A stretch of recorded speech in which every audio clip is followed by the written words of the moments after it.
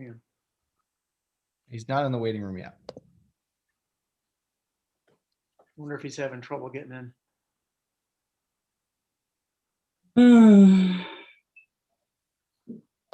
All right, we are live.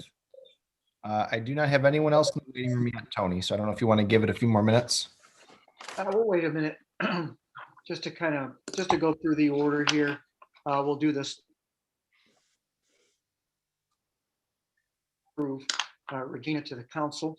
And then after that, we'll go right on to our regular agenda for the work session tonight, starting with the presentation by the BPU. So that's and then we'll go into the normal standing committee reports of finance and so on and so forth. So looks like there's a lot more informational kind of report stuff tonight than there is actual resolutions. We'll go from there. Public Works has a few things. It has been a very busy month for the city of Jamestown. Yeah, Brent just sent a message trying to get on Zoom. So he's working at it. Let me know if you see him. Tony, I know you wanted, it would have been nice if we could have met Monday. Just for like issues like this.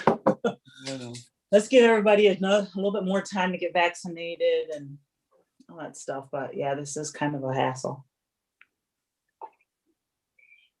So we will wait a couple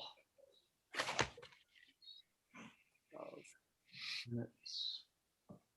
Yeah, mine was goofy last week, and we just unplugged it and replugged it back in. It seems to be working now. So knock on wood. Hopefully I stay in. If I don't, just send a message, and I don't know. Might have to run. Go to my room and do it. I don't know. Sometimes you have internet issues here. So, okay. Well, I don't know what else to do. We got 7:03.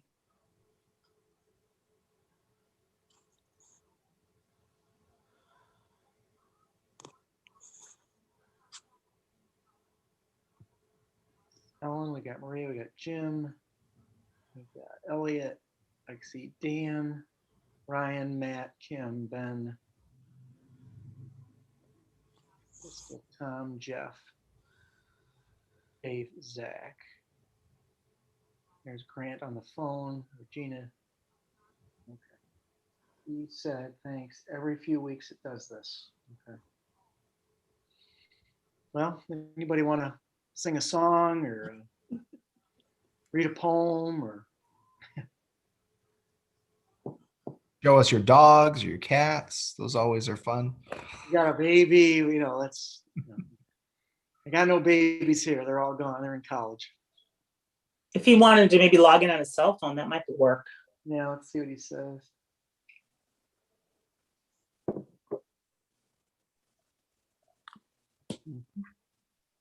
Tony, I would sing, but I only sing in church because nobody would make fun of me there. They're too nice, so I won't do that.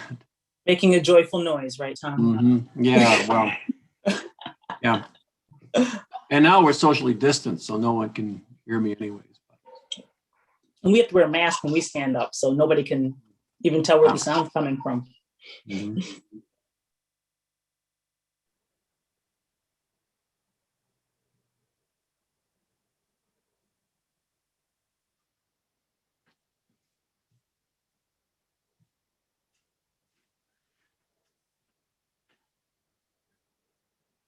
Tony, we don't have anyone yet, but I'm happy to give Brent a call and just see if we need some additional support.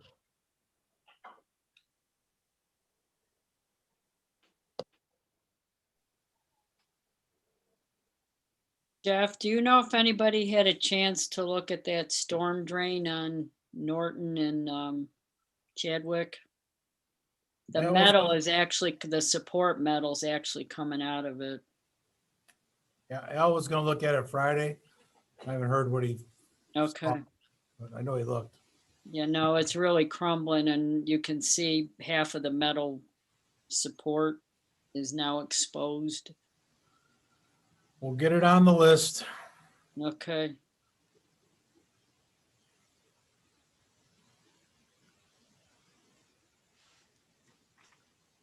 Get a hold of him? I'm on the phone with him right now. Should be just a minute.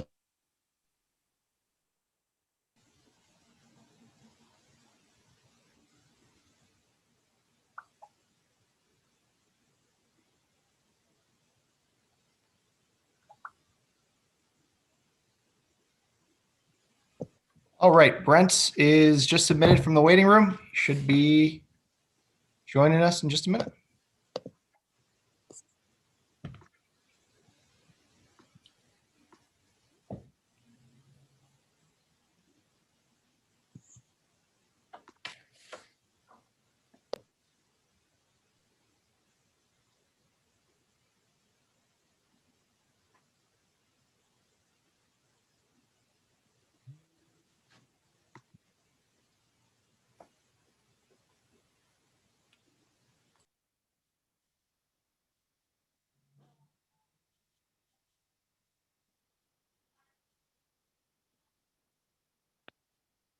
I admitted him, Tony. It looks like it just says joining on his end.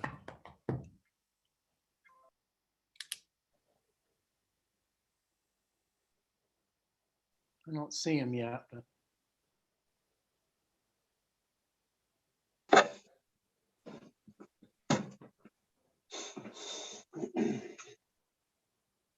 Just notice our new face. Welcome, Regina.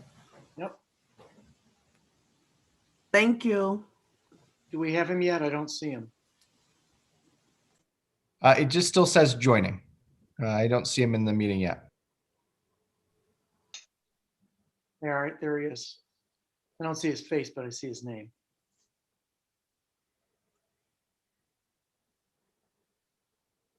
There he is. There he is. Brian, you with us? It's connecting his audio.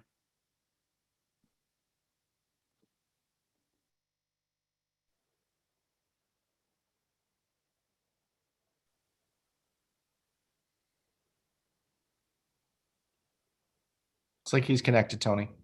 Okay, very good. Finally. All right, so we will call this special voting session of the Jamestown City Council to order. Would the clerk please call the roll? Councilmember Sheldon, Here. Karuba, Here, Olson, Here. Nelson, Here. Eklund, Here. Graham Reinhardt, No, she's here, but she must be. She's Here. Russell, I have it on Russell? mute. Here. and President Doles. Here. At this time, someone has a flag, we'll do the Pledge of Allegiance quickly. A special meeting. Marie, yeah, I'm trying to get it and I never know if I've got it the right direction or not. Is that the right direction? that'll work. Yep, good. Okay. I pledge allegiance To the flag of the of the United United States States of It's America, America, to the republic, which Republic for which it stands, one one nation, nation, under under God, God, indivisible, indivisible, with liberty and liberty and Justice justice for all.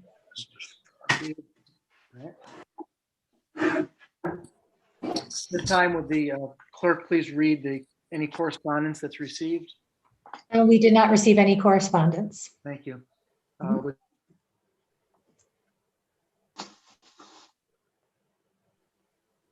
you read the appointment? Yep.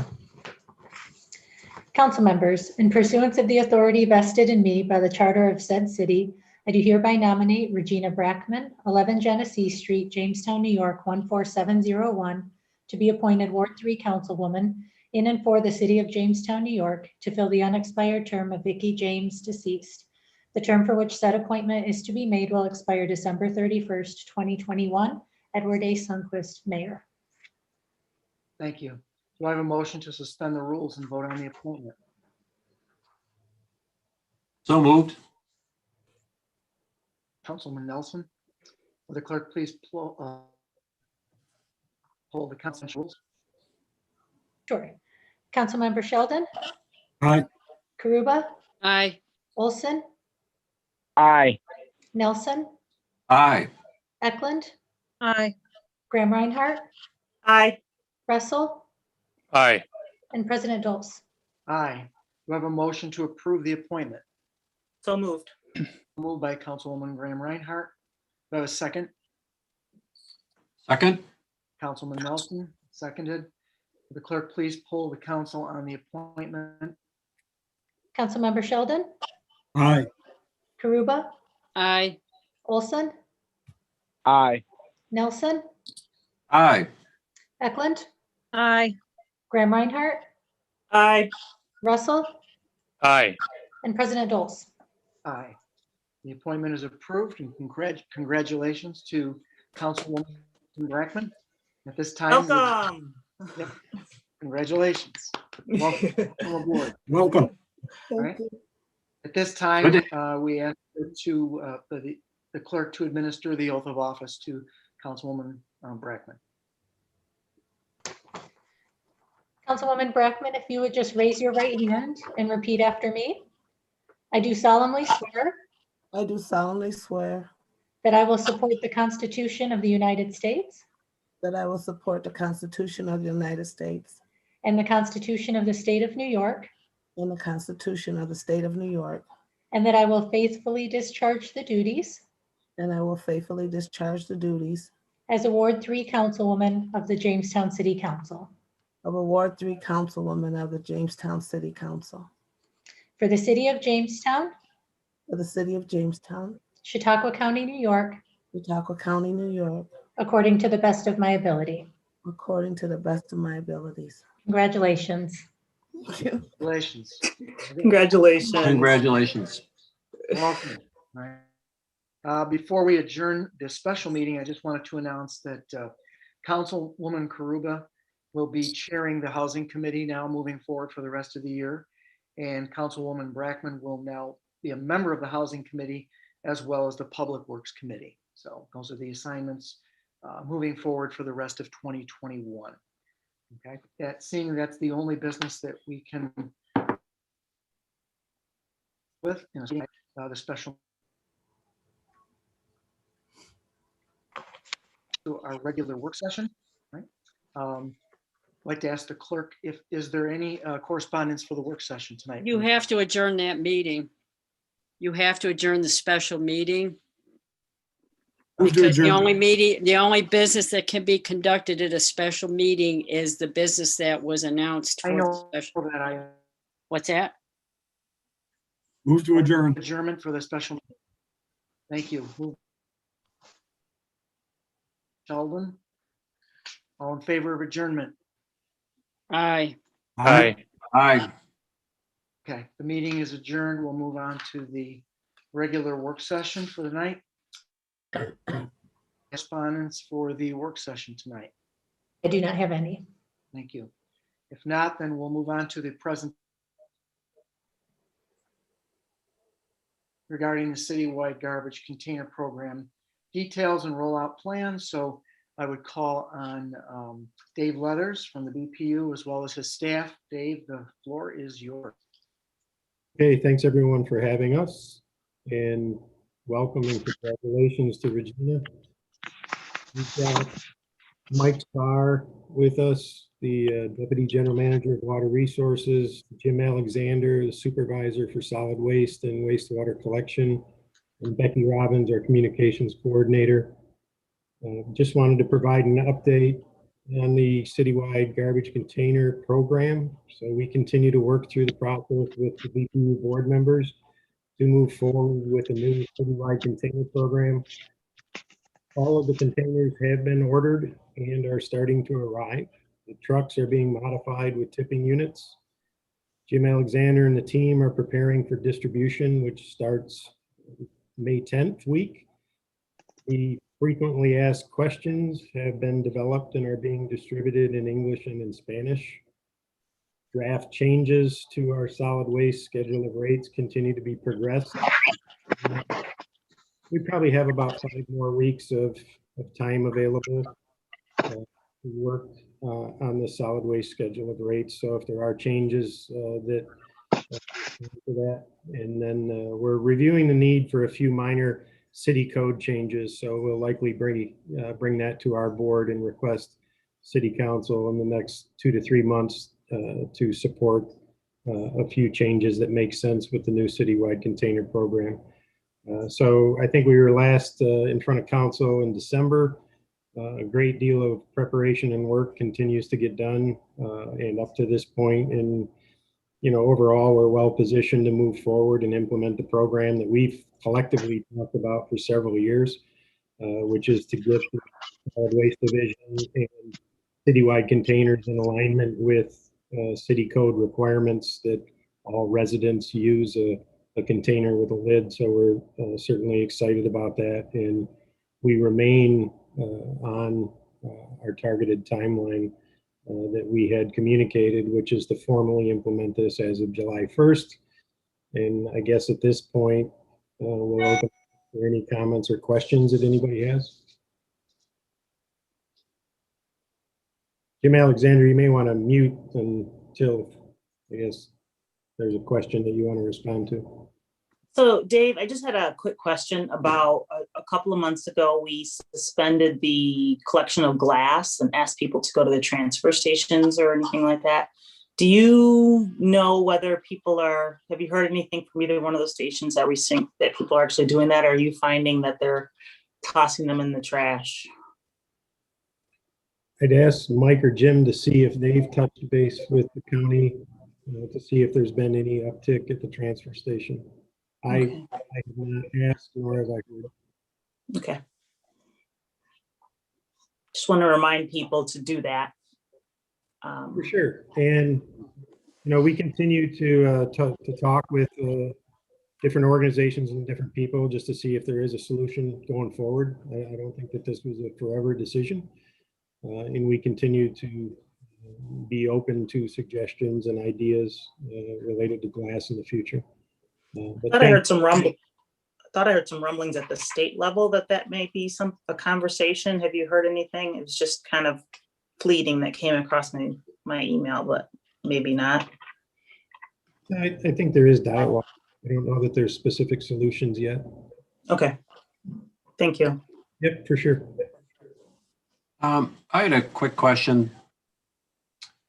Dave, I think I'd emailed you one day about a resident who was asking if there was a porter service to help move the cans from maybe the back of her house to the front. She's, disabled. And you said there was an application that you were working on. I don't know if you could expand on that or maybe talk about what that's all about or who could apply. Yeah, I can't remember what the pages are on the rate schedule. It might be pages 9 and 10 on that draft that I had sent out last week. But the application, I think, is on page 9, and the rules and regulations, I think, are on page 10. So there is and we're looking at those as well, just to see if there's any more changes that need to be put in place related to that. But there certainly is a process where somebody can get a medical opinion to attest to a physical disability or something where somebody would need that service, and then some signatures, and we work through that process. Jim Alexander may be able to say how many current customers we have with the porter service.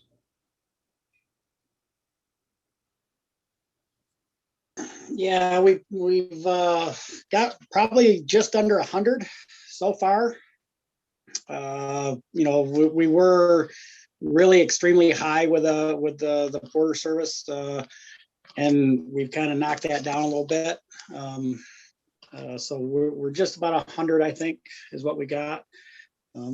There is an application that's out there right now, and I don't know as it's changing a whole lot for the new cans container that we're implementing.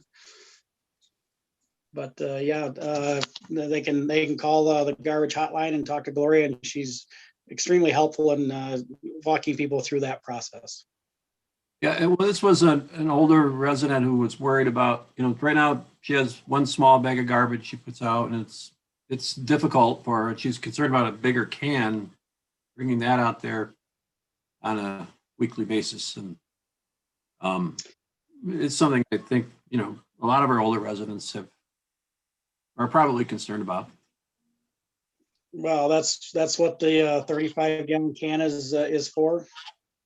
So, I mean, they can certainly apply for that, and I think we're going to have plenty of those, for cases such as that. Mhm. Which is the same process. They can just call the garbage hotline and talk to Gloria, and she will help them through that process as well. And Tom, if you can remind me of the name and address sometime this week, we'll make sure to reach out to her and try to help her through that process.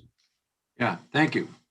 Well, Yep. I can tell you, I know a few people that use it who are legally blind and they do a very nice job.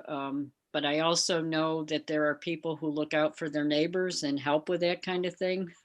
Mhm. So, I think this is where a lot of what the Renaissance Corporation has been doing is trying to get neighbors to know each other and to help.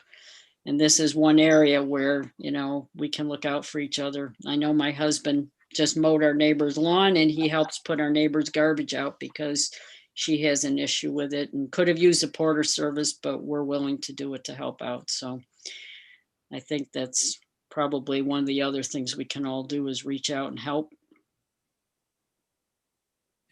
Mhm. No, you're absolutely right, Maria. It's a good idea. As much as possible, I think it would be great if we didn't need one, but. No, I understand, but I'm just saying It'd be that something. that's hoping that there are people Yeah. that will help, not just with that, but Right. sometimes it's shoveling and doing other things to help out a neighbor who can't do it. Right. Are there Anybody any else other that has any questions? questions? Sorry.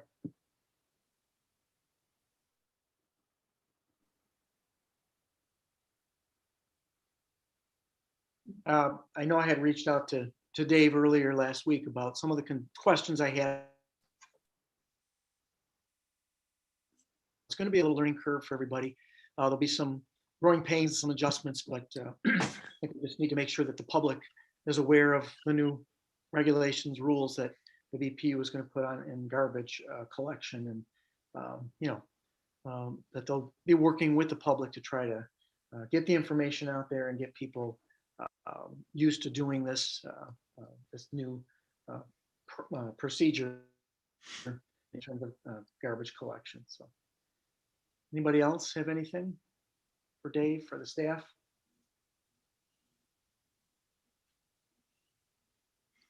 Looking forward to it. I think it's a good move.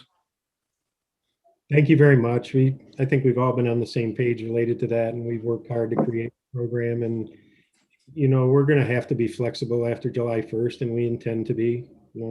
Everybody's not going to be complying that first week, and so we have several weeks in front of us. If you have questions on the rate schedules or the frequently asked questions or any of the program specifics, reach out to me and to us, and we'll continue to work through that process. And I think that once we get a couple of months into this, it should be a program similar to the orange bins. I think that Jim and Gloria highlighted this morning that the orange bins have been around almost 7 years now.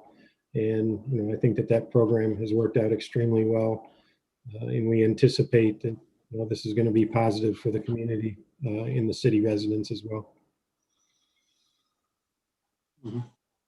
Anything else from the BPU that you wanted to cover tonight, or anything? No, I don't have anything specific unless somebody has questions. Really appreciate the time and the support. Thank you. And again, if anybody has any other questions, you can forward them on to Dave and his staff at the BPU. And like I said, we have a few months here to kind of iron out some of the kinks and some of the concerns and questions. And then once the plan's implemented moving forward, then we'll keep an eye on it. So, well, thank you for coming tonight. Yep. Thanks, everyone. Thanks, Jim, Mike, Becky. Yep. Thank you. Thanks, Dave. Yep. Okay. So we can move on to resolutions from our standing committees and the Finance Committee. Councilwoman Eklund, you can give the report from Finance. Thank you. The we have the first resolution that we have is a resolution authorizing Alexis Carlson to attend the drug recognition training, DRE courses in Buffalo, New York, beginning April 19th and concluding April 30th, 2021, with expenses paid pursuant to Section 77B of the General Municipal Law. Finance reviewed this with Chief Jackson, and this was something that was postponed from priors due to COVID, and now with the marijuana becoming legal, I think it's imperative that we send her to this course, so finance did approve it. Even though I it think starts Chief was today. saying last week that the closest course was Florida, but this is going to be in Buffalo.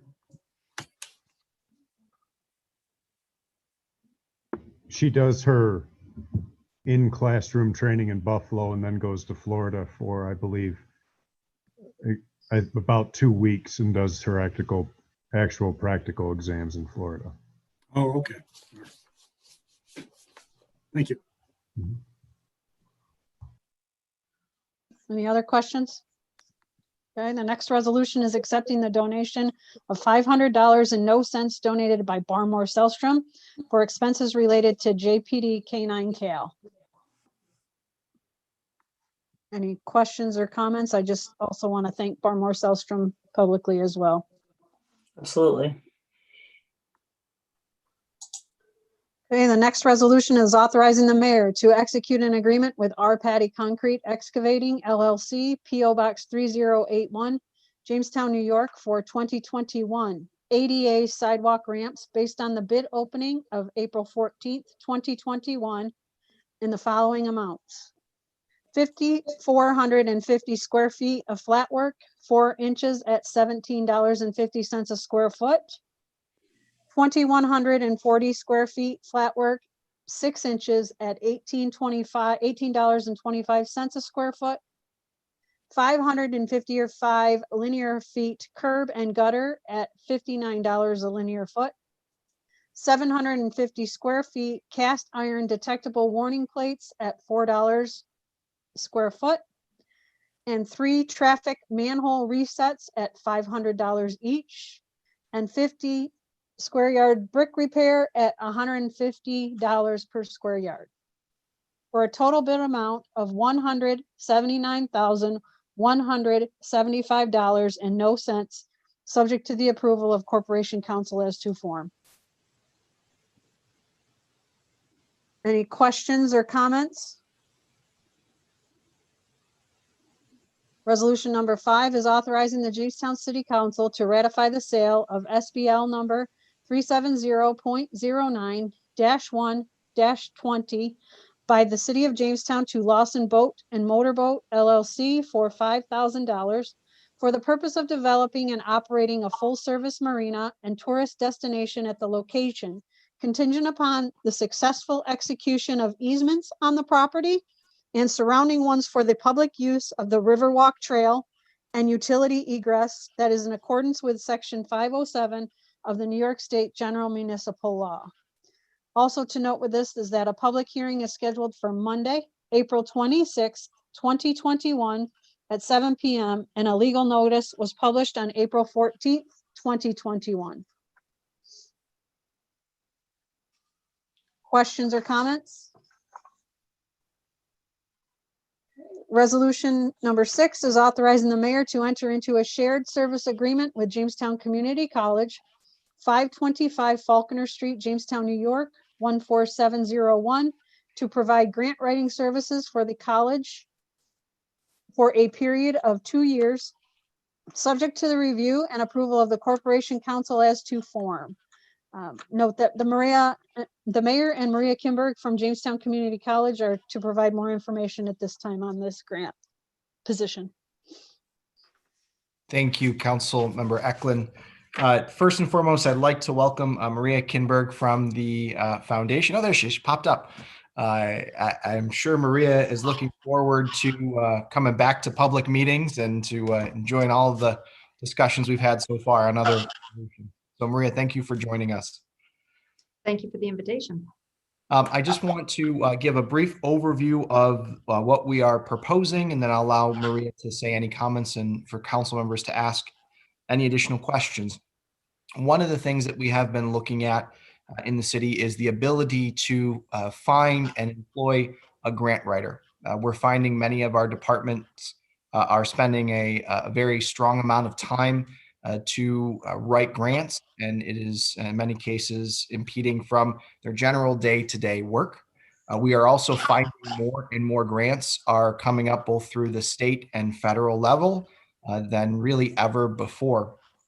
But we don't necessarily need a full-time person to do grant writing plus post-award work.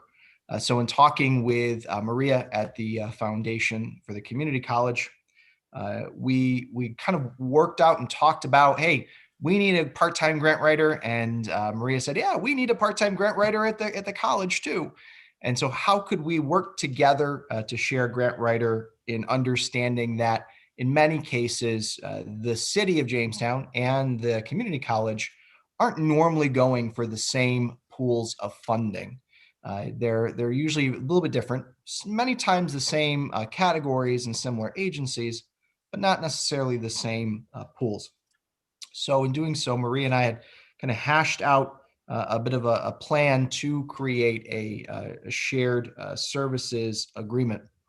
In looking at the finances for both the city and the college, we tried to see which one would provide us the lowest cost to have a grant writer as a shared employee. And we found that the city's cost would actually be lower than the college cost by a small margin. Under the agreement, this individual would be interviewed and hired by a joint committee of the college and the city. They would ultimately be a city employee that has a dual reporting function, reporting half the time for the city and the other half the time for JCC. They maintain offices at both locations.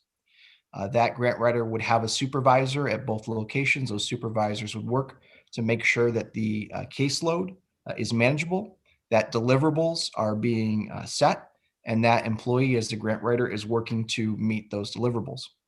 In addition, we would meet pretty frequently to determine and make sure that the relationship is still working appropriately and kind of going for what we need. We're proposing a 2-year term on this agreement, so it allows us to do some budgeting.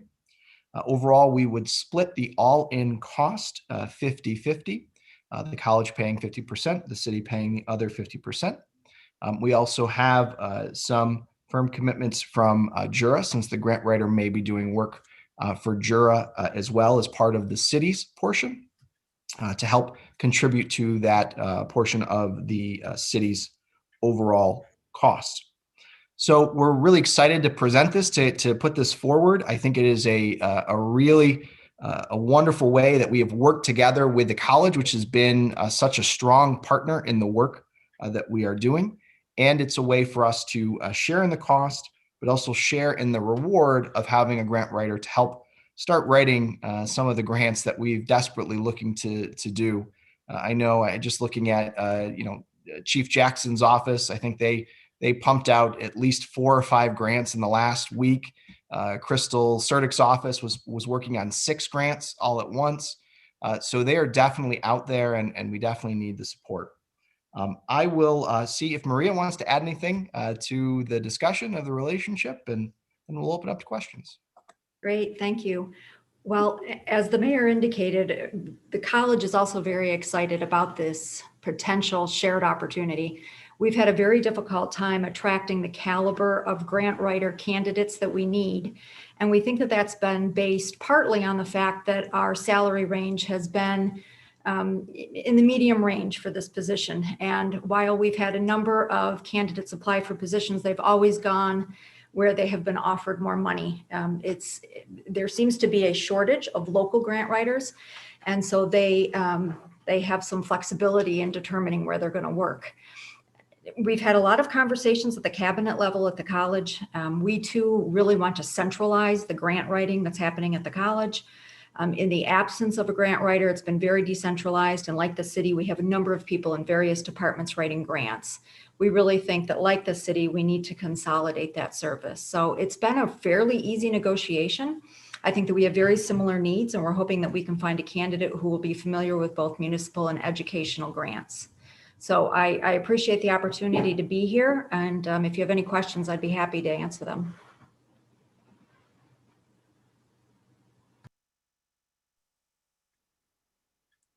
I just had a question. Maria, it's Jeff Russell. Hi, Jeff. How far out would we search for this candidate? I mean, is this like a nationwide search or just within the state or? Yeah, well, for college positions, we usually do a national search. We post them on the databases that are seen nationally. I think we're all hopeful that we might find someone locally or regionally who will be more familiar with the city and the college. That would certainly be of benefit to both of us. But if we can draw the right candidate from further away, I know the college would certainly consider that. Thank you. Mhm. Maria, I just had a quick question about where the grant writer, where would their office be? Would it be at the college? Would it be in City Hall? How would they divide up their time? Well, we expect that the time would be divided 50-50. Of course, that will ebb and flow based on which projects and which grants that person is working on. But the mayor and I have discussed that the person would have office space in both locations. So they could be in City Hall or in a city office and on campus as well. Totally agree with that, Tom. We would try to make sure that that person is, managed appropriately, that, if they need to spend more time in one versus the other, or if there is some need for some remote work to be flexible in that case. We both know, Marie and I, as well as all of you, that there are times when things just kind of shut down and everyone was remote, right? And there are times when we have to close other things down. So we are cognizant of that and would provide some ability for remote work. But as Maria had pointed out, 2 offices. I don't know how you fight over what gets the better photos in either of the office, but I'm sure there'll be a process for that. The one issue that, this is Councilwoman Karuba, the one issue I can see, there probably will be times where there are conflicting grants in terms of time and scheduling. How will you determine that? Is it going to be based on the size of the grant? Is it going to be it may not be, considerable, but there may be a time where you're going to have to decide who gets the primary focus of the grant writer for that particular period. And have you worked out anything as far as who gets priority or how you make the decision, or is it alternating? Kind of like this time it's us, next time it's you. I don't know. So I'll kind of jump in on that. I think that you're right, Marie. There is an ebb and flow, and what we are seeing is that it's not always the same grant cycles. The university or the college tends to have much more regular grant cycles than necessarily the ones coming for the municipality. So that individual would have 2 supervisors who would work together to try to ensure that there is that ebb and flow. We completely understand that there's sometimes more need at one point versus the other. To give you some example, we currently have a shared services agreement for assessor. And the same thing kind of happens there when, Lakewood's doing a reval, that our assessor then is in Lakewood more than necessarily the city, because the city doesn't have that going on. So we would work with those managers to make that work. I don't know, Maria, if you want to add anything else. No, we had discussed that, and we know that sometimes the person will be spending more time at either one location and working on a large project, but I think we feel comfortable knowing that in the long run and in general, that time will be evenly split. I have a question. It's Tamu, and forgive me for turning off my camera, but it works better with service. A couple of questions. So Maria, with regard to JCC, is this just grants for the JCC campus, or is there an expectation that the Dunkirk branch will also be, because it's in Chautauqua County, included in some of these grants, or is it pretty much for the Jamestown area? It would be college-wide, so it would include it would include the Jamestown campus, the Dunkirk Extension Center, and the Olean branch campus. Okay. And go ahead. Some of the grants, of course, would be focused on just one location or a project or an activity that might be taking place at just one of the college locations, but many of them are college-wide. And just to follow up, we're looking at like the position, but Eddie, the mayor answered this a little bit in the last question, but with regard to access to databases and project management software, et cetera, is that built into kind of what it's going to cost this person to be able to search grants? I know Eddie has, or Mayor Sundquist has created a grants.gov account, which is helpful. But for searching for private grants and such, is there funding and for a database for that, as well as some sort of project management software? Because working for more than one boss can get a little confusing or daunting for this person. Sure. I don't think that we have discussed that particular detail, but that's certainly something we can talk about. I know that the person, I'm sure that there are different software packages available at the city. I know that in the past we've had grant writers who have used software packages at the college, and I'm sure that those would be made available. Thank you. Yeah, Moose, same, Councilmember Graham Reinhardt, same thing on the city's side. You know, we've got some financial grant trackers for us, and we do know that there are other databases out there that really don't cost that much. You know, a couple, you know, 10, 20 bucks a month, maybe. We can work to ensure that that is, if need be, shared. But, you know, we're looking at different databases. Many times databases for municipal grants tend to be a little bit different than some of the educational ones. Thank you. Other questions from folks? I will note just for council members, and you probably saw the information, because this would be a city employee and would also be a shared employee. This person would ultimately come under the mayor's office, and it would be a non-union employee. Okay. Any other questions? If none, Maria, thank you so much for joining us tonight, some taking time out of your evening to be here. We're very excited about this. I've been excited to work with Maria and try to put this together. It just makes sense that the city, who has always been such a huge part of JCC's life, that we continue that relationship and work together towards a common goal. Well, thank you. I appreciate your time. Bye-bye.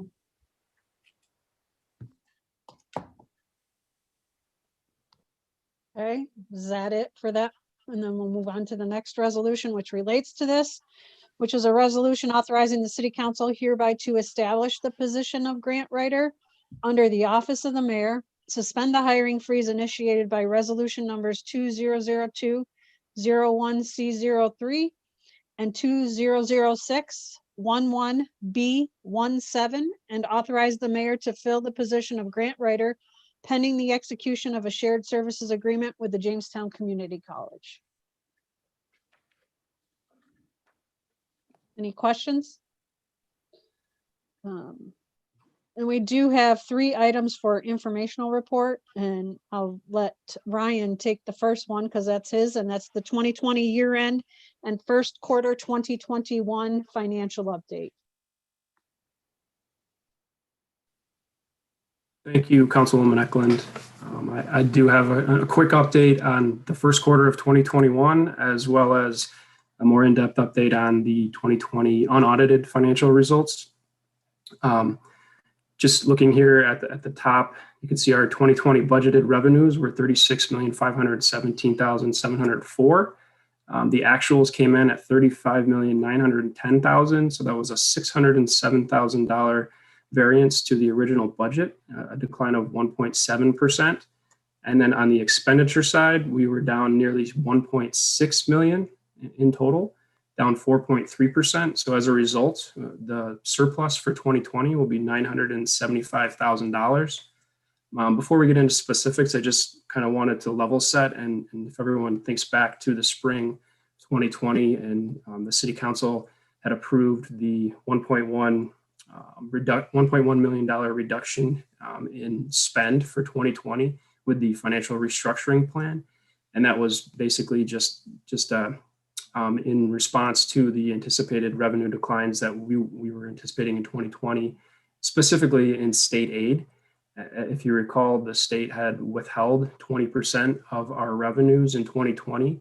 And if you fast forward now to today, we've actually received 15% of that 20% reduction, and we will be also receiving the remaining 5%. So for 2020, we will not have a variance from a state aid perspective in the revenue. So just wanted to point that out because that's really what's driving a large part of the surplus in 2020.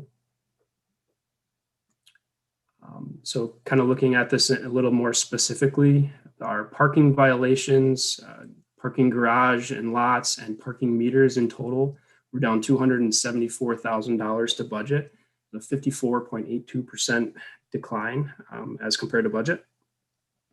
Going down the line here, CHIPS state aid reduction, the state had reduced CHIPS by $146,000.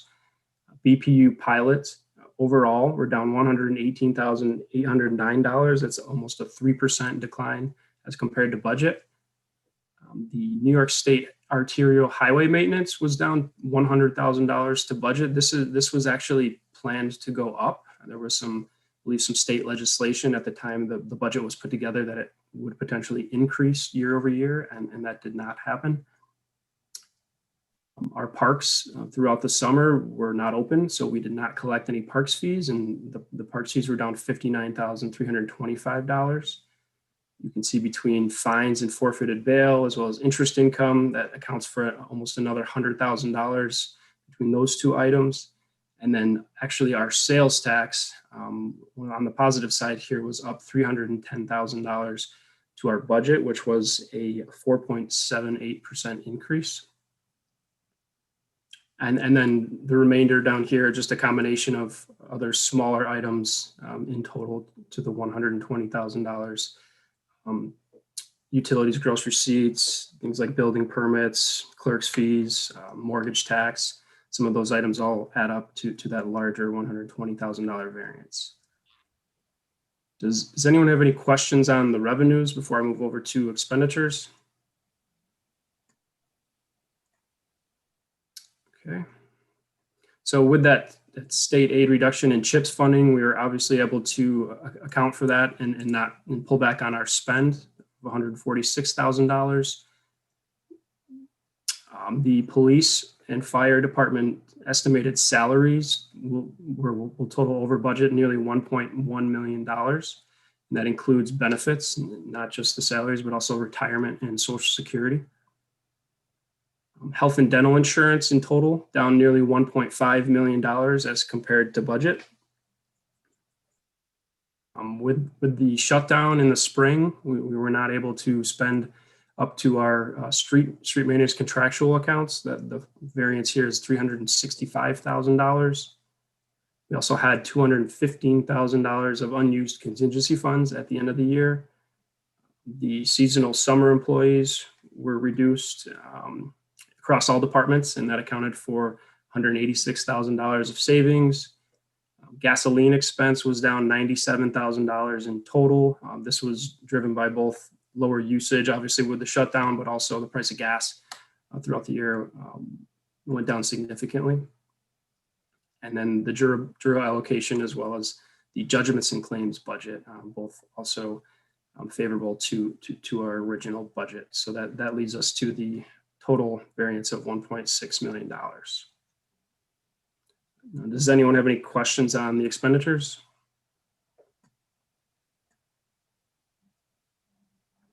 Okay, looking ahead into 2021, just some kind of key call outs here for the city of Jamestown. We are at 99.15% of our constitutional tax limit, so we have no ability to raise taxes. We do have a little bit better position from an unassigned fund balance perspective. Now at 4.9 million, we have a separate sheet here that we'll get into on the next page with some budget history. But the general guidelines from the United States GFOA is 2 months of expenditures, which is $6 million. So we're not quite there yet. The OPEB liability, the GASB 75 actuary report, which estimates the total healthcare cost is up to $172 million this year.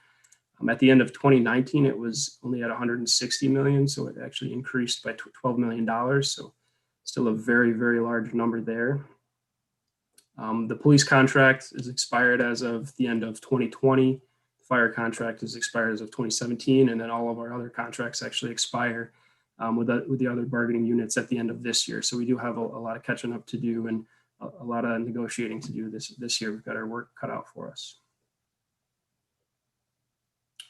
Here on the second page, just kind of wanted to provide some history on where our budget has been over the last 5-6 years and where actuals have come in. And we've been fortunate enough to have a surplus for the last 4 years, which is really great and gives us the fund balance that I just had mentioned. Any other questions or comments, concerns on 2020? No, thank you very much, Ryan, and council members. You did get this emailed to you Friday, so if you need to look at it further and have any questions for him, I know he's been a great resource for us. Thank you. So kind of briefly, we'll give an update now on the first quarter of 2021. From a revenue standpoint, the BPU pilot, electric and district heat have exceeded budget, and the other three divisions, water, wastewater, solid waste, have all been short, but overall, they're really right on budget for the first quarter. Due to the fact that we are now turning over outstanding tickets to collection agencies, our parking violation revenue has increased. We've collected 41% of our budget for the year so far. However, parking lots and garages and parking meters are not doing so well. They're all trailing budget, and we've only received about 4% of the budget between those two. So in total, with the three, we're going to end up slightly below budget for the year. As the mayor announced last week, we will no longer have a 20% cut in state aid. So that's going to give us an additional $1.1 million to the adopted 2021 budget. I also have some good news on the sales tax front. We have some information from the Chautauqua County in regards to the first quarter sales tax payment. That will be up 4.65% above last year, which is an increase of about $73,000. The 2021 adopted budget was actually planned down from 2020. Down 1.42%. So that puts us in a really good position to be able to deliver that 2021 figure. Does anyone have any questions on revenues for 2021? Okay, just quickly on expenditure side, really everything well in line here outside of the police and fire salaries and benefits. All of our contractual accounts and other benefits are in line. Due to the recent contract negotiations and the fact that the budget in 21 was put together based on 2015 rates, the police and fire department salaries will be over budget, as well as the associated benefits with those. At this point in time, we're looking at probably an estimate of $1.23 million over the original budget. And just another update, we have not used any of the contingency funds. We do have a few purchases that are on the this month's vote. So if those do go through, they total $63,000. So we will still have $303,000 going into May. Anyone have any questions on expenditures? If not, I turn it back over to Councilwoman Eklund. Thank you. I believe Jen is presenting the next part for the 2021 property tax update. Thank you. I'll be very brief. We saw a great collection rate this year at 91.14% collected. Just over 14,600,000 was collected this year. I tried to compare it. 2020 wasn't much of a comparison. We'd only collected 87.93% of the tax rate. And in 2019, it was 89.74. So using that more as the as a guideline, we still saw quite a big improvement. As you know, we began accepting online tax payments this year for our property taxes. The total amount paid through Municipay was just over $935,000. So I think that really contributed to that jump, people being out of town, able to just get on and pay their taxes. We also saw the issuance of the stimulus payments, which also we saw our payments pick up in March with those being issued. So I think that those also contributed greatly to the successful season this year. So those have all been turned over to the county. And we turned over just over $2,066,000 was turned over to the county. So we will begin accepting those payments. Folks can still make those payments at the treasurer's office. We are online with the county system, so it does affect their account immediately, and they're able to make partial payments at this point. And that's it. Great, thank you. Thank you. And then the last informational report is the notice of award of RCWF Design and Access Grant discussion, and I believe that is Crystal. Thank you, Councilwoman Eklund. We are happy to announce that we received a $17,343 award for additional Riverwalk expansion. And this is in relation to the skate park that will be breaking ground soon. So this is a Riverwalk that will be installed, I guess, or constructed along the skate park area. So it's a section of approximately 1,100 linear feet of trail. That's all I got. Anybody have any questions? Okay, that's it for finance. Okay, thank you. We'll move on to housing. I know we have a couple informational reports there, Marie, if you want to. Sure, thank you. Yes, thank you, Mr. President. And I'd like to ask the Director of Development, Crystal Surdick, to report on, you sent it, I think everybody got it, didn't they? The report on enforcement and what you've been doing. Yes, I believe so. I did send it later in the day, but I can share my screen. Sure, that would be great. Thank you. There we go. Okay. And I actually have both the reports for the last year to date for this month and last month, just to kind of show the difference in snow is melting, and we are seeing calls coming in exponentially higher than in previous months for the year. So in total new cases for year to date, 108.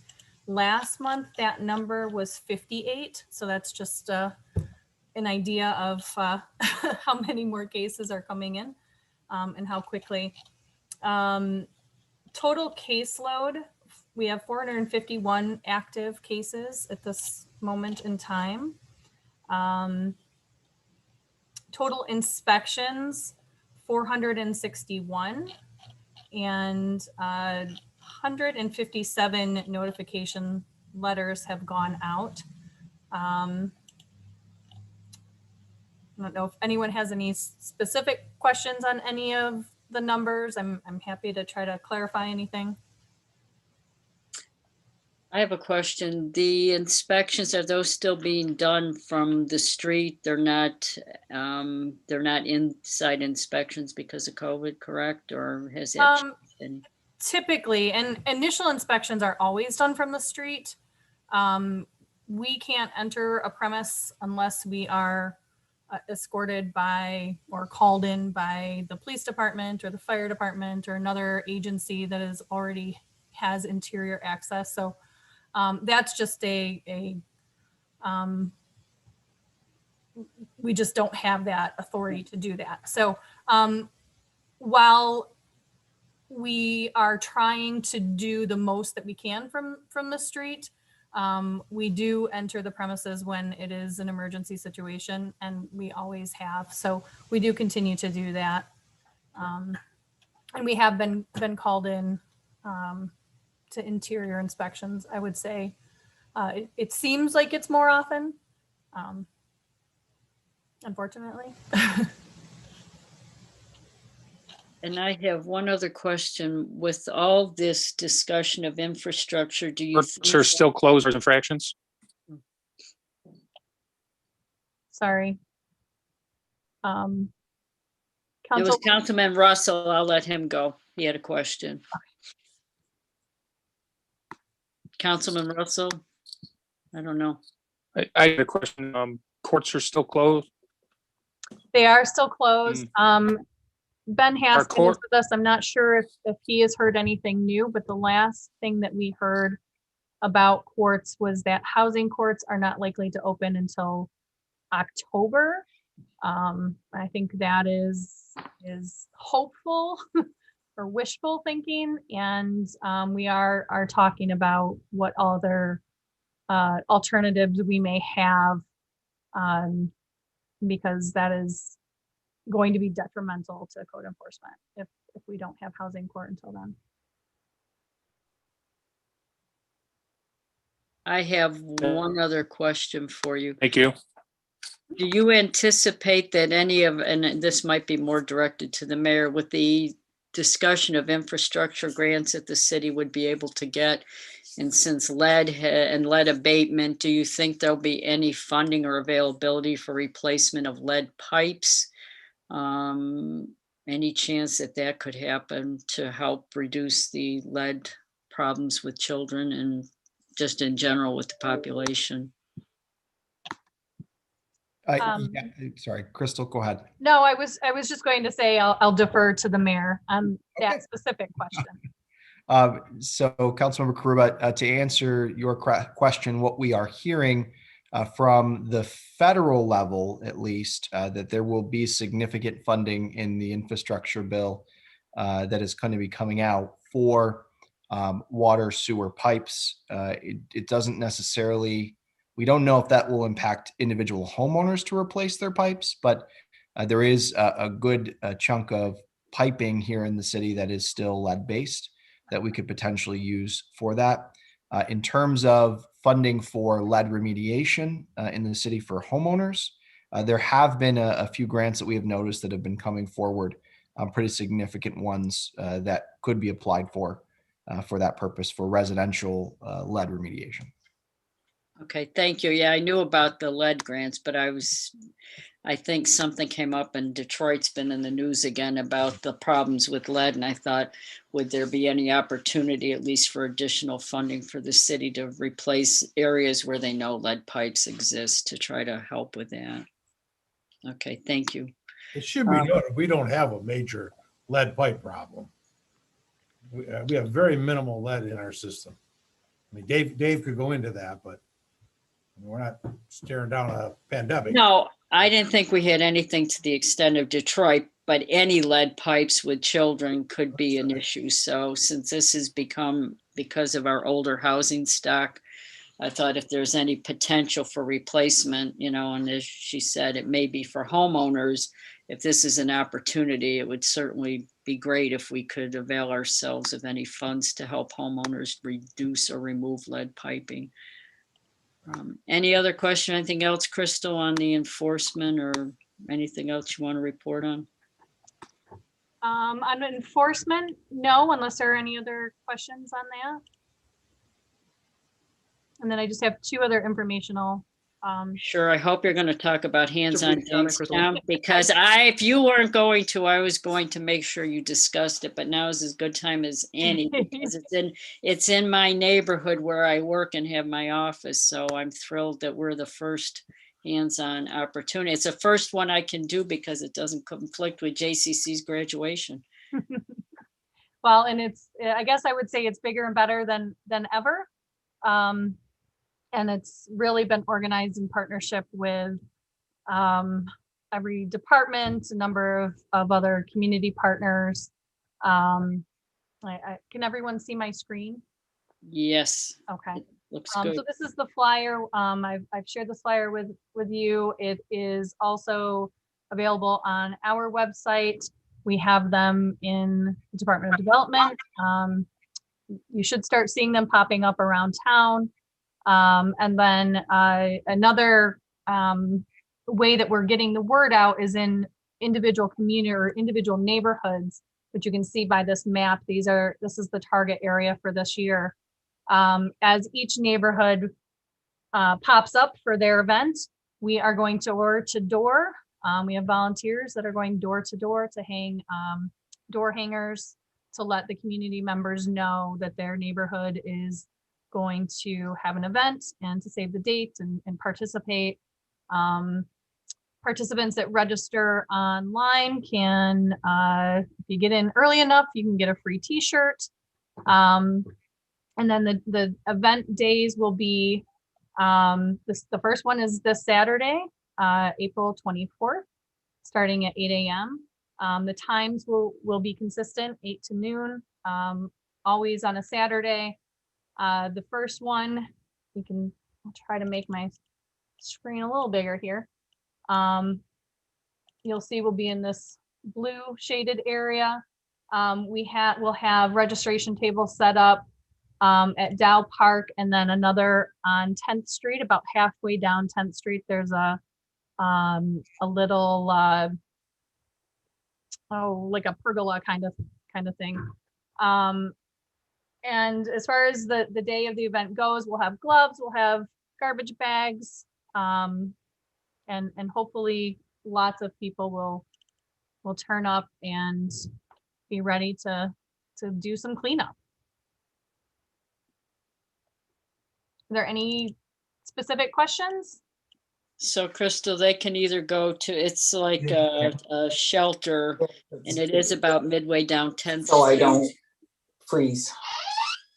And then the other one, so they can either go to that location or to Dow Park, and there'll be a registration table or people handing out.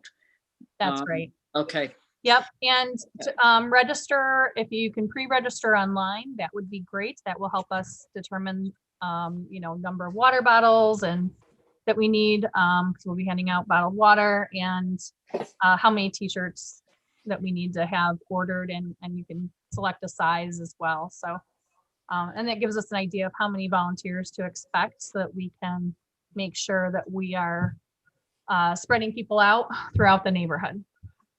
Crystal, where has this been shared? I've seen it on social media.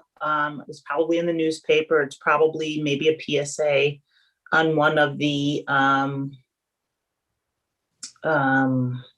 radio stations. Mm-hmm. Do you have like a listserv of like churches? And I'm very pleased to see that it's in Spanish. Thank you so much for that. You have a list of churches that are in the area that on the listserv this could go to as well, or other organizations that you kind of compiled?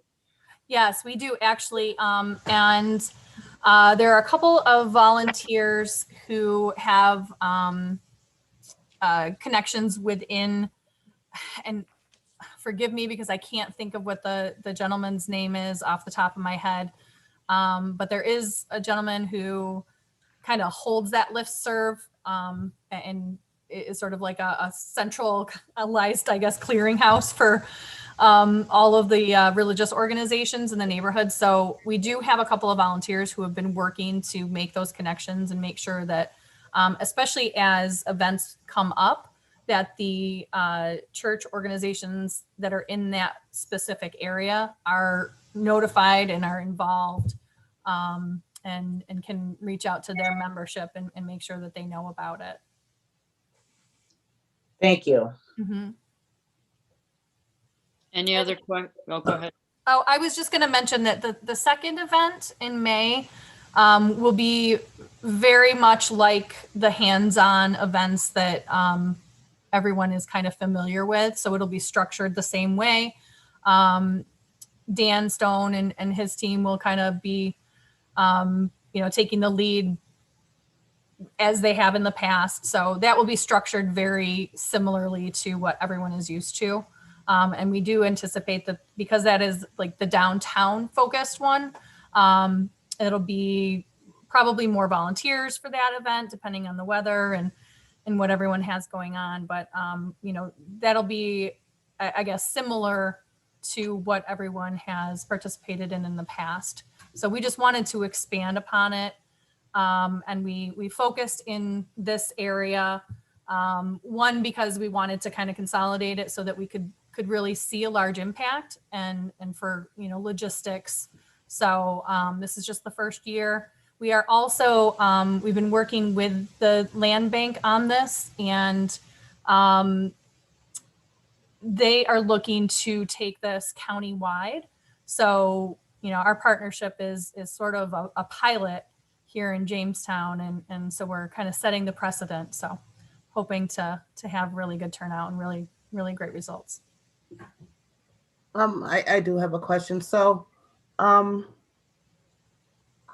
is your registration looking for volunteers? I know I seen this email on Sunday and I did share it on social media, but I don't think that many within this community, especially where we're going to be starting it on Main through Washington and then 6th to 11th. I'm not sure if that communication has really gotten out to that community to see if there was any interest in volunteering. So I guess I'm just wondering what your registration looks like. It was light at the last check. I don't have access to that in real time, but I can check in with Gina. But we did have volunteers go door to door on Sunday. Okay. And hand out those door hangers, as I mentioned. So we're hoping that will drum up some additional interest, and at the very least notifies the residents that it's happening. Okay. So, and in future, for future events, we do hope to get those door hangers out 2 weeks in advance rather than a week in advance, just to give ourselves a little more time. Crystal, what was the date of the second event in May? That is going to be May 22nd. 22nd. Yep. Thank you, Councilwoman Eklund. Okay. Okay, any other questions on community cleanup, hands-on neighborhoods? Thanks, Crystal. I appreciate that. That's been really helpful. And you said you had a second informational piece, or was? Yeah, and it's really quick. We're still recruiting for the Citizens Advisory Committee for housing. So I can share again the application. It's available on the website. We've shared it via social media. I'd like to finish up. I would really like to finish up by the end of this week. Applications have been light for that committee. So anyone who's interested in participating in that, please feel free to reach out to me, reach out to my department. You can find the information on the city's website as well as our Facebook page. Again, the listserv might be another layer of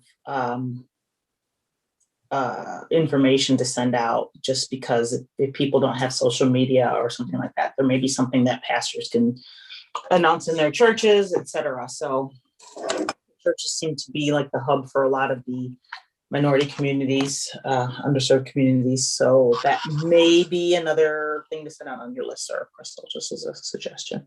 Appreciate it. Thank you. Okay. There are no other questions or comments.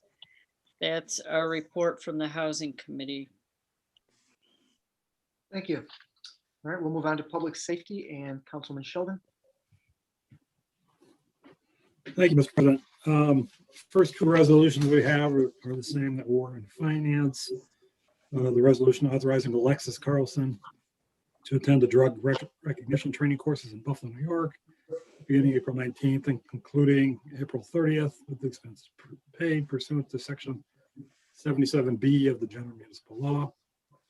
And also the resolution accepting donation of $500 donated by Barmore Selstrom for expenses related to JPD Canine Cal. Again, thank you to Barmore Selstrom.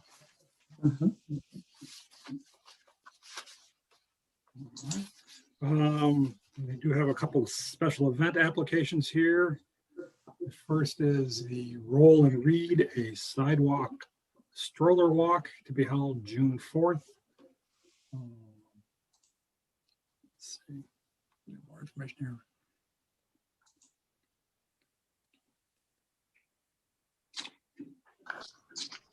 Be held between 8:30 and 12:30. Applications are approved by the department heads by email.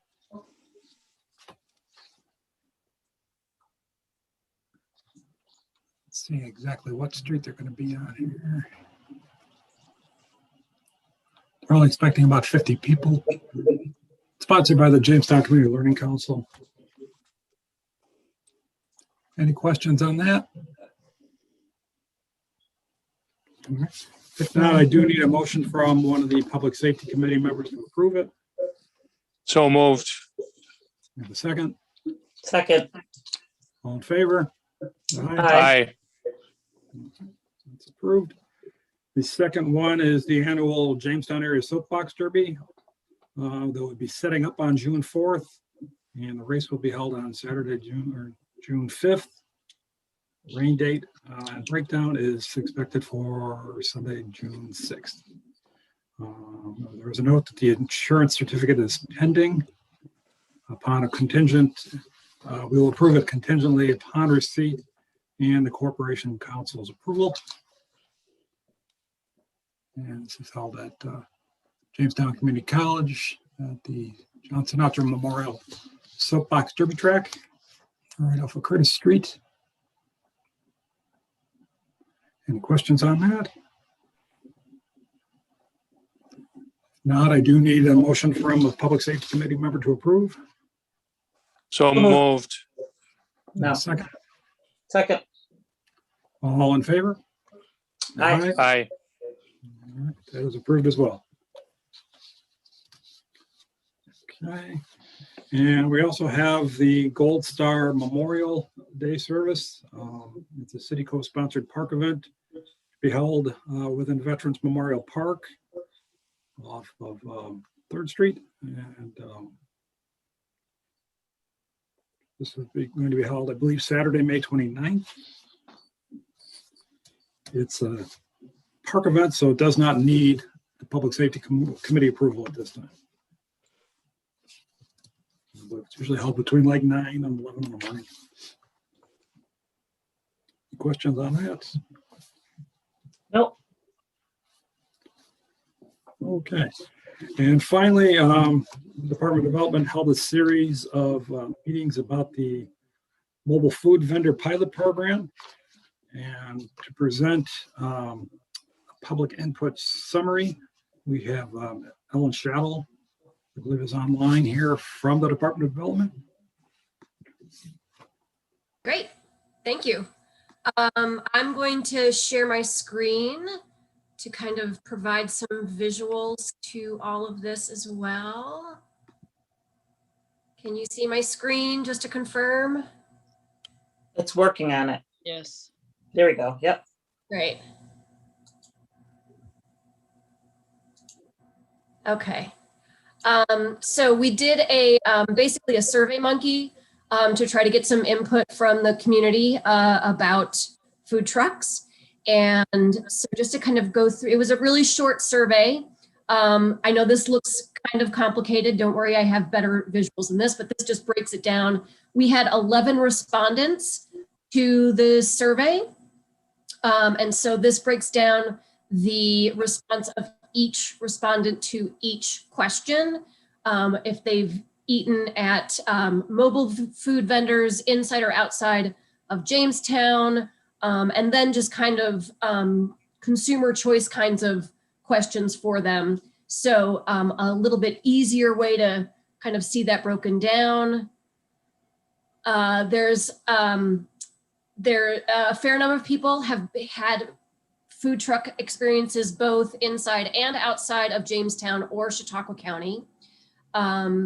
People were fairly likely to visit an area where there are several dining options. So this ranged from again, individual answers that may have been, 0 or 1. But overall, there's about a 60% chance that this would be something that is of importance to people. And then in terms of the time of day that people were most likely to patronize a food truck, about 60% chance that that would be morning or afternoon. Actually evening and late night. Late night was the big winner in terms of when people were most interested in food truck options. And in terms of familiarity with the food truck program, that long blue bar, because I don't know how well everyone's screen kind of gets all that fine print there. The blue is actually not being familiar with the food truck. The green is yes. And so it shows that there's still a lot of unawareness about the program. And then the next question, just describing people's relationship to downtown, as the food truck program has had a lot of conversation about the downtown, admittedly. So we did include that in the survey. The big yellow bar is that most of the respondents are people who visit downtown, but they don't necessarily work or live downtown. The blue bar is people who work downtown. No one responded as a resident of downtown. And then the last question was just, open-ended for respondents to provide some ideas or suggestions. And so one suggestion was to continue the addition of food trucks and people will get more accustomed to seeing something new. One was saying kudos for the food truck pilot. Thank you for stimulating economic development in our community. Another one, set up infrastructure in an area where rodeos seem feasible in terms of power, lighting, water supplies. The next one kind of echoed that with one big weekend a month for a food truck rally, not just tied to a special event.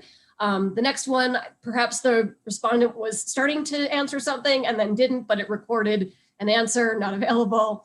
And then the last suggestion was not to charge outrageous fees. Again, the respondent didn't really specify which fees they were referring to, whether that was permitting, licensing, what that might be.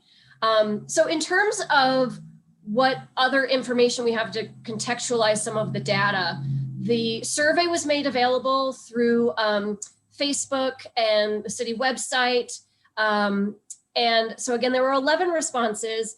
In terms of what I could track through Facebook, because in terms of our press releases and the media representation, there's no data available to kind of take out of that. But as far as Facebook, the survey was posted 3 times. And each time it reached more Facebook visitors than the previous one. The last post on Facebook on March 23rd, I think it was, reached 157 people. So if you kind of make an assumption that the first 2 posts included all of the same people, so they weren't different people, only about 7% of the people that were reached through Facebook chose to participate in the survey. So in terms of kind of what information that can give us. To put a bigger framework around the food truck pilot and just some of the responses here. I'm sorry, have another slide here. Just additional visualizations of some of those answers. And I believe you all have these slides as well. If not, let me know. So I don't want to duplicate anything that I've already talked about. These are just alternative visualizations of those answers in that data there. So again, just putting a broader framework around the conversation of the food trucks. Just wanted to kind of, again, put some visuals to what the economic ecosystem around food services is really for any community. And so on one side, you've got kind of the type of delivery, whether that's takeout delivery, whether they're delivering their services through a brick and mortar, they're delivering their services through a mobile unit, or they're delivering those services through catering. And then on the other side, again, you've got all the other things that kind of accompany that delivery system in terms of what type of menu they have, what kind of operation they have, what kind of dining experience they provide, somewhat squishier things that are hard to quantify in terms of the quality and the appeal of preparation or the presentation or the level of service, as those things can be so subjective. Again, hard to really measure those necessarily. And of course, price always kind of is going to come in there as well. And so in the middle is where you have customer choice. And so customers are really making a combination of choices between, oh, I want to sit down in a restaurant to have ethnic food at, fine dining prices, with really good decor, that kind of thing. Or I want to go to a food truck and have vegetarian and just be able to walk away and go back to my home or my office and have it just be really economical and affordable. So in terms of where all of those things come in terms of what goes into the customer choice, and that can be always really hard for certainly anyone in food services to predict in terms of who their customer is and how they otherwise accommodate that customer and attract that customer in some sort of consistent way, obviously. So, but a lot of the conversation in the food truck conversation has admittedly been around the downtown. And so we've got, our food services economic ecosystem, and then we've got the downtown landscape itself. Again, broadly speaking, this is certainly not exhaustive, but we've got retail and restaurants, services and amenities. And again, food trucks kind of end up in between all of that if we're really talking about the downtown landscape, because I know a lot of that conversation has been there. So with that, I wanted to take a little snapshot of kind of what's happening in other places that have a profile that we can compare to Jamestown. So again, we're not comparing Jamestown to New York City or Washington or Seattle or something, but this is just a snapshot of Paducah, Kentucky and York, Pennsylvania. Paducah is somewhat more along the same size. York is a little bit bigger, obviously, but from a geographic standpoint, if that has any circumstantial relevance to it, for York being kind of a little bit more of a neighbor than Paducah geographically. I think those snapshots of their main streets and their downtowns look a little bit familiar. So in terms of kind of how these things can resonate for small cities, you'll notice that Paducah's program was launched in 2017. They actually started with an annual permit fee of $150. They've currently increased it to $160. There is some context to that. I can certainly bore you with that if you want, but again, those are just the numbers there. In York, you can see that the permit is $300. They've had a longer program. Their ordinance was adopted in 2014. York has, as far as I could tell from their ordinance, so there certainly could be other information to find, but in terms of what I was able to find about York, their vendors can only operate really in the downtown in 11 designated areas of their central business district. They have absolutely no provisions in terms of distances from brick and mortar restaurants and that sort of thing. So we had, with the launch of the pilot last year, obviously the pandemic certainly in some ways facilitated the pilot launch, but also impacted just about everything. So it's hard to kind of get a gauge as to really how to measure any success of launching the pilot. But we did have 4 trucks participate in the food truck rodeo that we did kind of at the end of the season, just in terms of weather-wise. Paducah actually just launched their first kind of food truck rodeo during the pandemic. Lots of information about how they dealt with that, kind of introducing a new event in the middle of a pandemic in terms of all the distancing and masking rules and that sort of thing. They had 9 trucks that participated in that. York, Pennsylvania, this is more of a regional event, admittedly, so those big numbers are not specifically with York, but they've got lots of vendors from Harrisburg and other surrounding places. And again, I also put in there just in terms of kind of similar profiles with Jamestown kind of being nestled between Buffalo and Pittsburgh, and Paducah nestled between Nashville and Louisville, and York nestled between Philadelphia and Baltimore as well. So just in terms of kind of those regional polls there. So with that, oh, I think I missed one of my slides. So sorry. I'm not going to go through these. You have these to read, and I can certainly send you the link as well if you want to access the links that these are from. I think these are just really good representations how clearly there are two sides to the coin in terms of how food trucks and bricks and mortar coexist with each other. But the point is to find ways for that to happen and not to make it an either or kind of conversation. So again, if you've gotten your slides already, perhaps you've had a chance to glance over these a little bit. This one's from Jacksonville. And so again, anyone familiar with the current conversation, this sounds pretty familiar in terms of kind of what the tension and the little tug of war can be sometimes.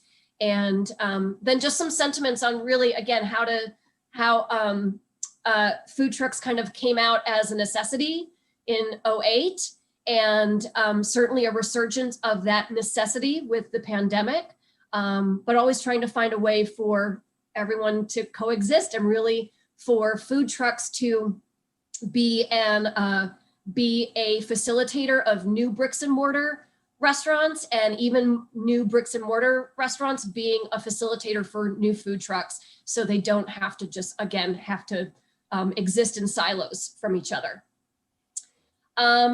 Excuse me. So this is just a snapshot. Obviously, these are cities that are much different from Jamestown in terms of profile and communities, but this was a study that they did at Harvard, just in terms of how regulations were working. And basically they had put it into 4 buckets and kind of looked at how each of those cities were working on those buckets. And I think it's interesting just in terms of how similar and how distinctive they are from each other from city to city. And that's it.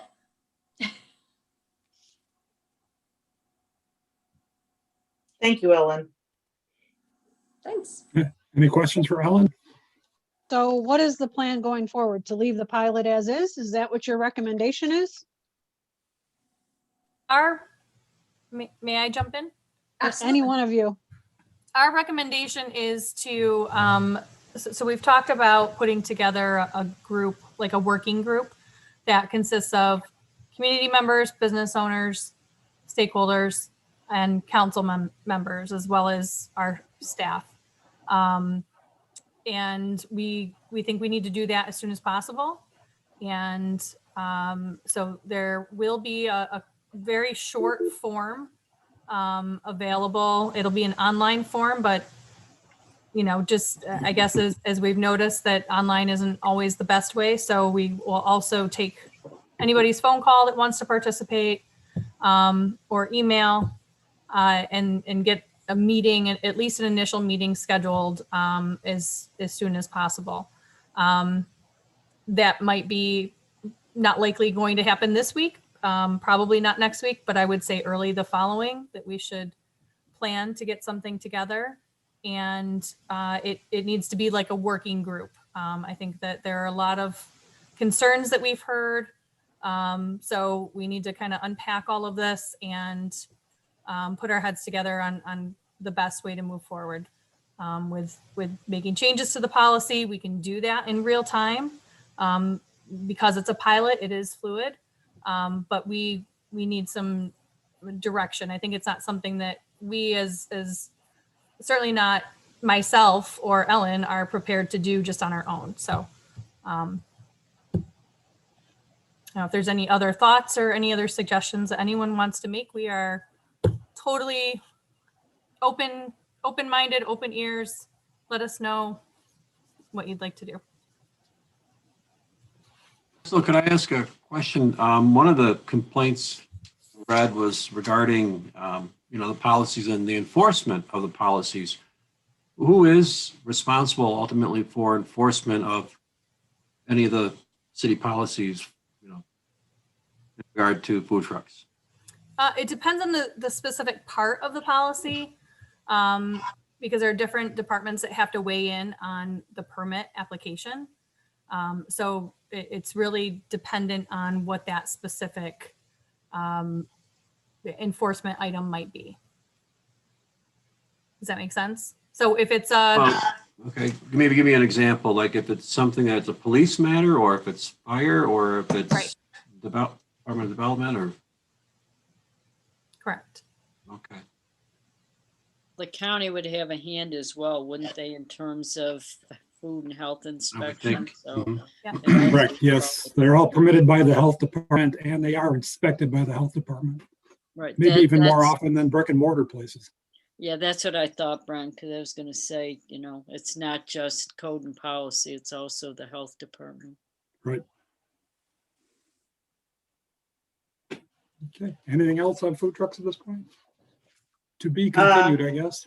Yeah, just let us know, Crystal, when you and Ellen want to get started. I think Kim, myself, and Brent, maybe Jeff, not quite sure, would like to be part of that conversation. So just keep us in the loop. And I know you guys have a lot going on.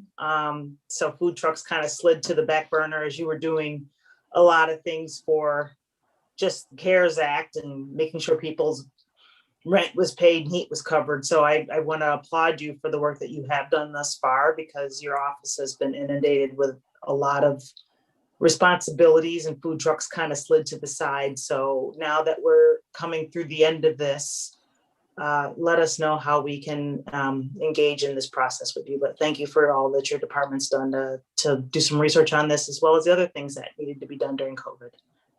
I want to thank you for that. Thank you. Appreciate that. And any council members that would like to participate in the ongoing development and evolution, please you can reach out to me and we'll make sure that you're included in all of the correspondence and calendar invitations and whatnot. Just keep in mind, you can't have a quorum of council members. Right. So we have 3 so far, I think, that have reached out and indicated. So Kim, Tamu, and Brent. And so I know that Jeff, you had been involved, and Tony, you were involved. So if one of you would like to continue, if both of you want to continue, then we have to meet publicly. So it turns into a different kind of meeting. So I guess just let me know. Well, they may be able to contribute in other ways. It doesn't always have to be at the meeting. We can all provide input or comment to anything that's been presented. We just all can't meet together as a majority of the board or the council. Absolutely. Thank you all. Yeah, thank you. Thank you. All right, that's it from public safety.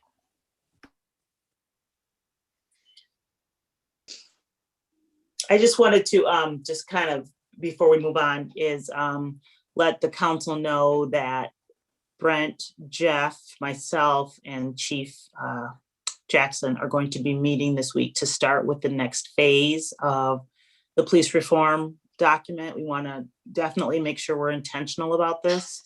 So we are going to meet just to kind of pace things out in terms of timeline and funding and priorities and things like that. So I just want to make sure the community recognize that we were still very much aware that this is a responsibility of the council and the city. And so if anyone has any questions, to reach out to us.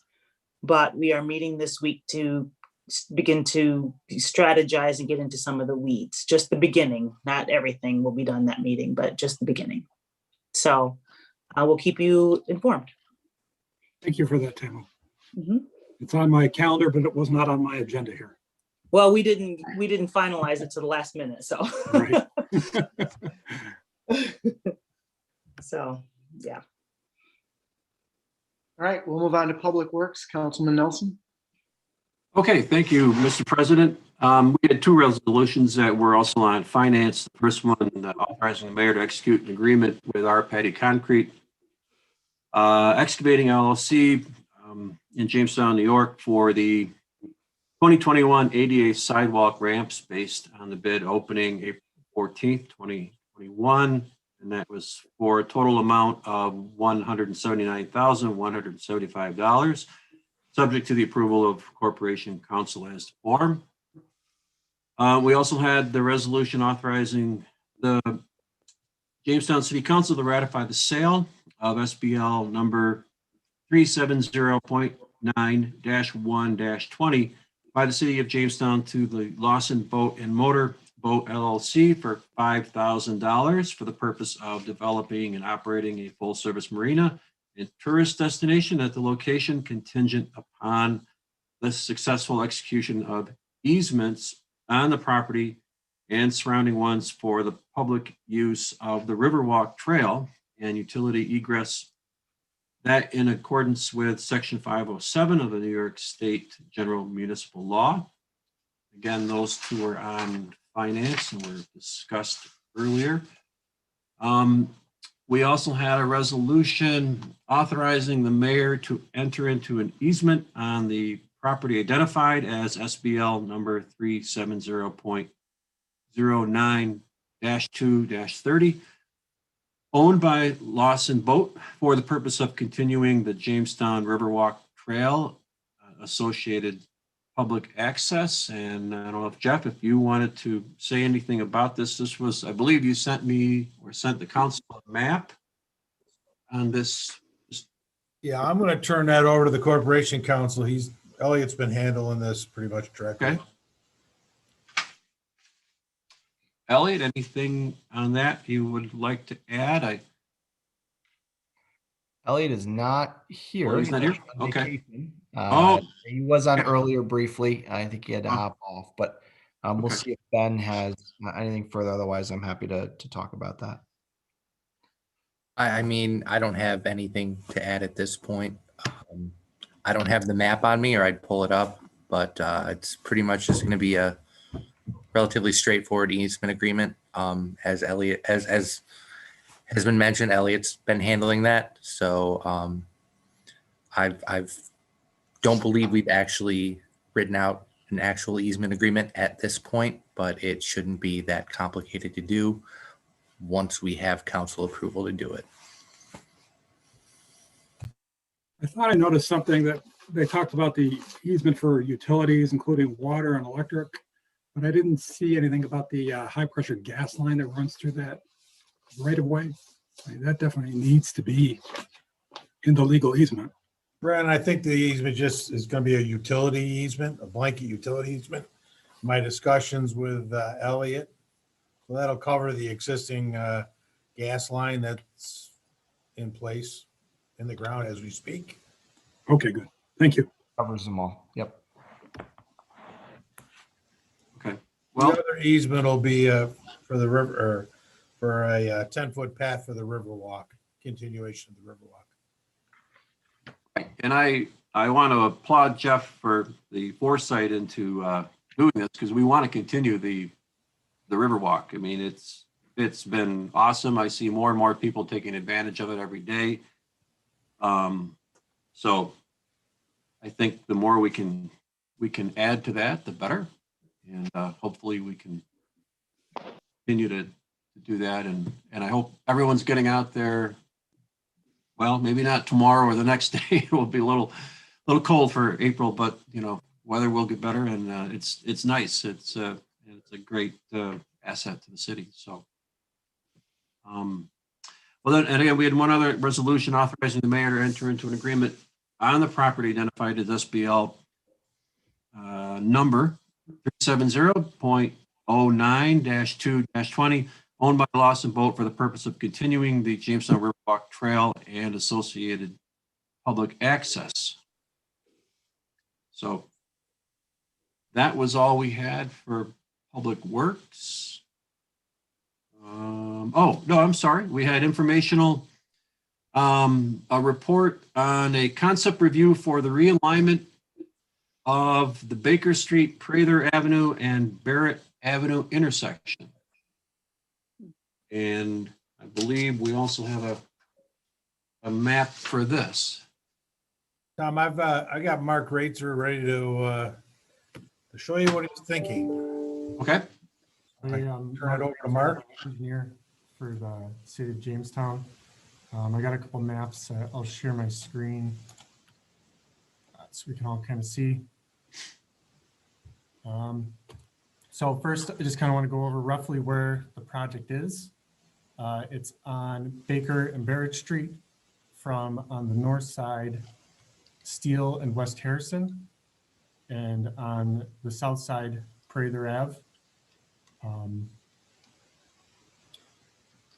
Have a few pictures that kind of show what the project or what the site looks like now.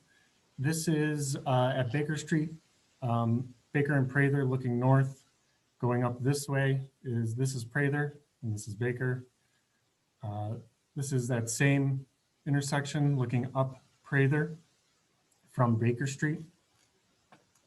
This is on Barrett and Prather looking north down Barrett. The same intersection looking more on the sidewalk. This is that little center island that's between all three of the streets. This one is especially a good picture because this island has sidewalk all the way around it. And once you get to here, you have no access off of it and nowhere to go from it. Now this is at Barrett and Glasgow, looking up the sidewalk. You can see a lot of the sidewalks damaged, falling over, and the same with the curb. It's all out of shape and it's disappeared in a lot of places. This is that same stretch, but farther up the street. You can see what kind of shape it's really in, as well as the curb. Now we can go to the plan, the preliminary plan.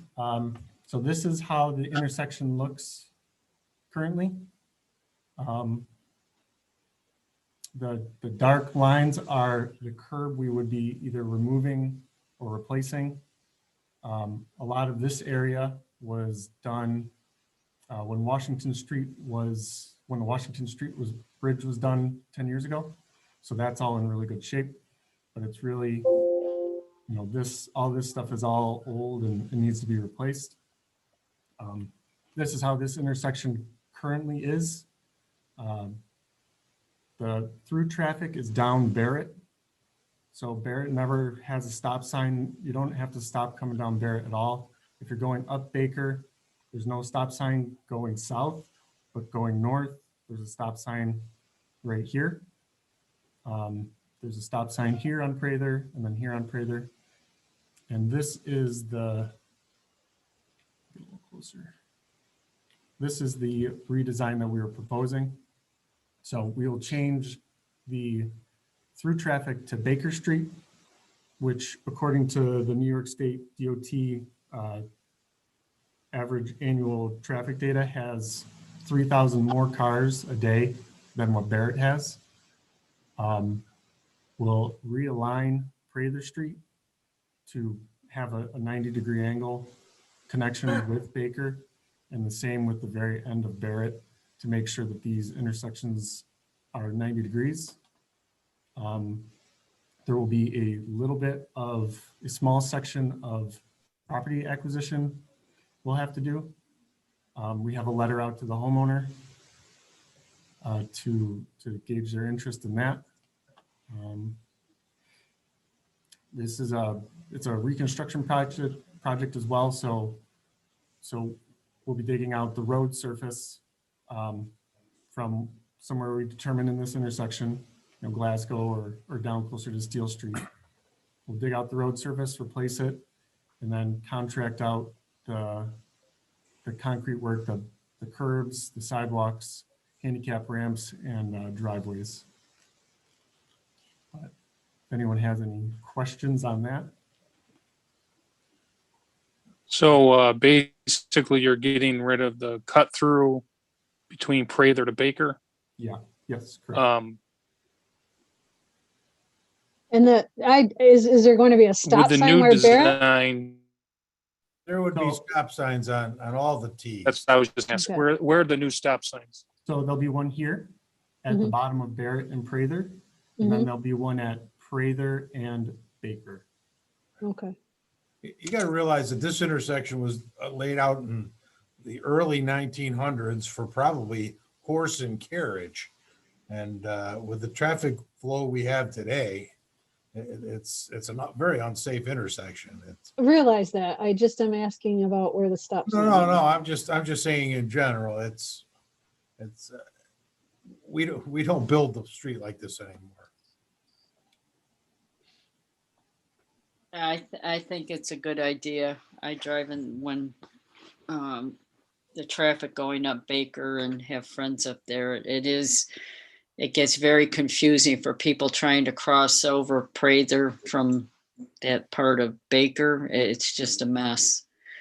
You see a lot of people stopping and starting, trying to figure out if it's safe for them to go with traffic coming down the hill pretty quick. Right, and you add in pedestrians and it's pretty unsafe. So I think this will improve that. Mhm. Jeff, will the new green space, will it be maintained by the Parks Department? Yes.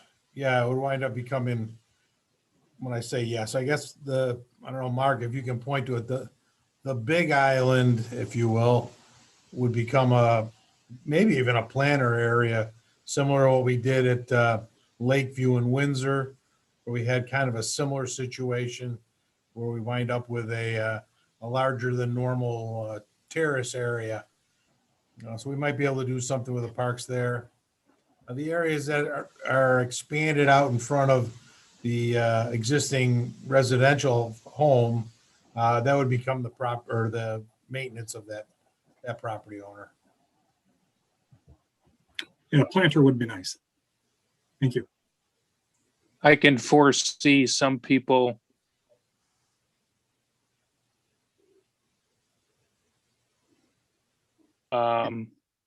lazy sidewalk going all the way around that green space, say from Prather, Barrett. I can see them cutting through that area right there to get onto Baker.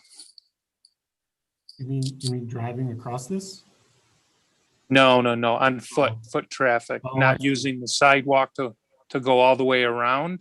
Yeah. They're gonna cut right there from Barrett, cutting across your green space or on the edge of it to get over onto Baker instead of doing the roundabout there on the sidewalk. Right. Even more reason for a nice planter bed there. I thought you were going to say a roundabout. I didn't say a roundabout. I know. No, I didn't. Not that kind of roundabout. No. I'm not thrilled with roundabouts, but after driving through Fredonia a number of times, that still leaves a lot to be desired. So no, I'm being facetious. But when you mentioned it, I thought, so no, please don't tell me you're thinking roundabout. Looks good, Jeff. I think it's a good idea. It's very similar to what you did in Lakeview and Newton and Windsor. Mhm.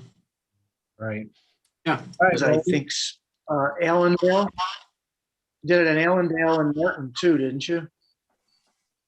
Right, Jeff? Can you hear me? You broke up, Tony. What did you say? Well, I just said similar to what in Lakeview, Newton, and Windsor, as well as Allendale and Martin. Right. Yeah, we did that a number of years ago. It seems to work out much better. Looks good. Well, that's all we had for Public Works for tonight, but Okay, thank you. yeah, thank you for that.